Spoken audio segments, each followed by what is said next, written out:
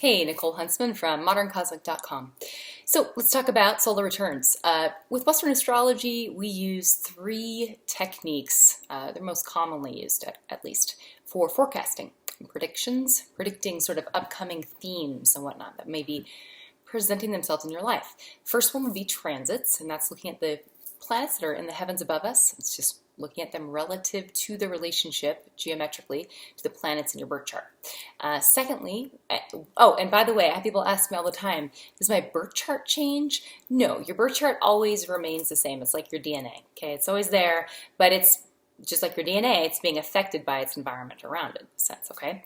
So secondly, we look at what are called secondary progressions. It's a progress chart. This is just where we create a chart it's a day for every year of your life. So from the moment you were born, day 0, as a baby, when you are 5 years old, we can cast a progress chart for 5 days after your birth, okay? That's going to be your 5-year progress chart. When you turn 30, it will be 30 days after birth. It's that chart for that day. So the progress chart shows things more slowly, but we like to use it to correlate with the transits, the transiting, sort of you've got a few aspects in your chart. With the transits, we like to see it repeated in the progressions, and we know it's something big for you. And then thirdly, our solar returns. So let's talk about solar return. A solar return chart, this is where we take, for this year, for the current year, we create a chart, cast a chart, it looks just like a birth chart. The only thing that's for sure going to be the same as your birth chart for your solar return chart is that sun is going to have returned to its original zodiac sign and the degree it was in that zodiac sign, okay? The sun, of course, we take 365 days to travel around the sun. But from our vantage point here on Earth, looking at the sun, it's got to make that 360-degree circle around the sun before it returns to its same location in the sky relative to us. And that's what we're looking at, okay? So this is very symbolic. Your birth chart, obviously, that's the moment you took your first breath. That's when you stepped into humanity. You became an individual. You became separate from your mother, no longer part of the duality, but rather a separate entity, a separate sentient being. So your solar return chart's kind of the same thing. This is for this year. This is your rebirth. This is why it's your new year. It's the chart for your new year. It's personal to you. In the solar return chart, we see, the reason I love it is because it's a simple snapshot. It's just like a birth chart. It can be as simple or as complex and multifaceted and very layered, just like a birth chart as well. And I just think there's something about the solar return, reading the solar return, there's a simplicity to the reading of the solar return. So what you'll be able to see in there, anything you can think of, okay? First of all, you're going to see the big major themes for the year. Where's that sun located? That will sort of be the focus for you for the year. If you've got your sun perhaps in the 10th house, this might be a year where you are in the limelight, or if your moon is in the 10th house, okay? It might be a year where career is a big focus for you. So we would look at issues with career. We can also see romance. We can see, is this a year where I will meet someone? Is this a year where I will be in a relationship? Or will I, this is a good year for marriage? These types of things we can see.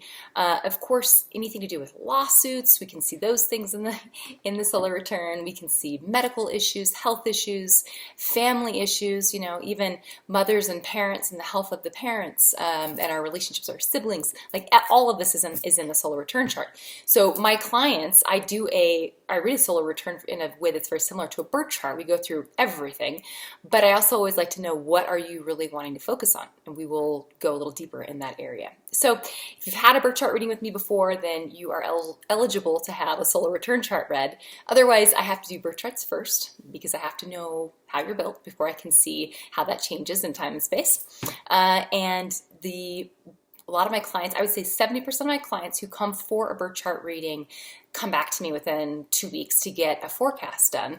And if you do those separately, they're $99 each, but if you do them together, it's $189, so it saves you a little bit of money if you do them at the same time. It's the reading, we divide it up over 2 readings, and that way you can digest the birth chart reading and then digest the solar return and the forecasting. We actually do, with the forecasting for this upcoming year for you, we do everything: solar return, progressions, and transits. So we look at all of it. Last little bit of information. I've had all the time this happens, actually. I have clients message me back and say the things that we talked about during their forecast reading happened, and thank you.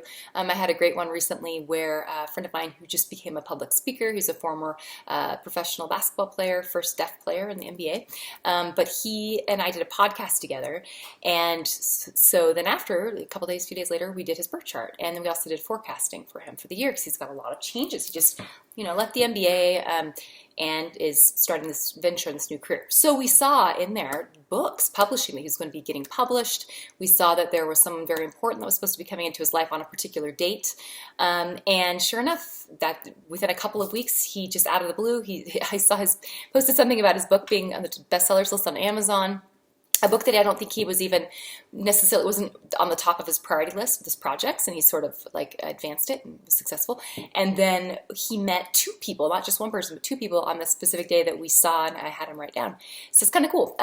Astrology is a great tool. Birth chart, understanding your birth chart is wonderful and helpful. Self-awareness is a good thing. It helps us to grow and improve and see what we're good at and what we're weak at.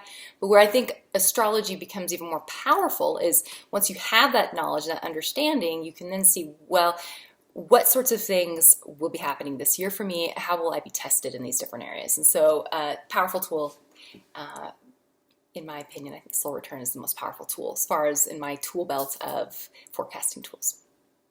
So if you're interested in reading, inbox me and go to my website, moderncosmic.com, and get in touch with me, and we will do it by Skype or in person. It's up to you. Okay, thanks for watching.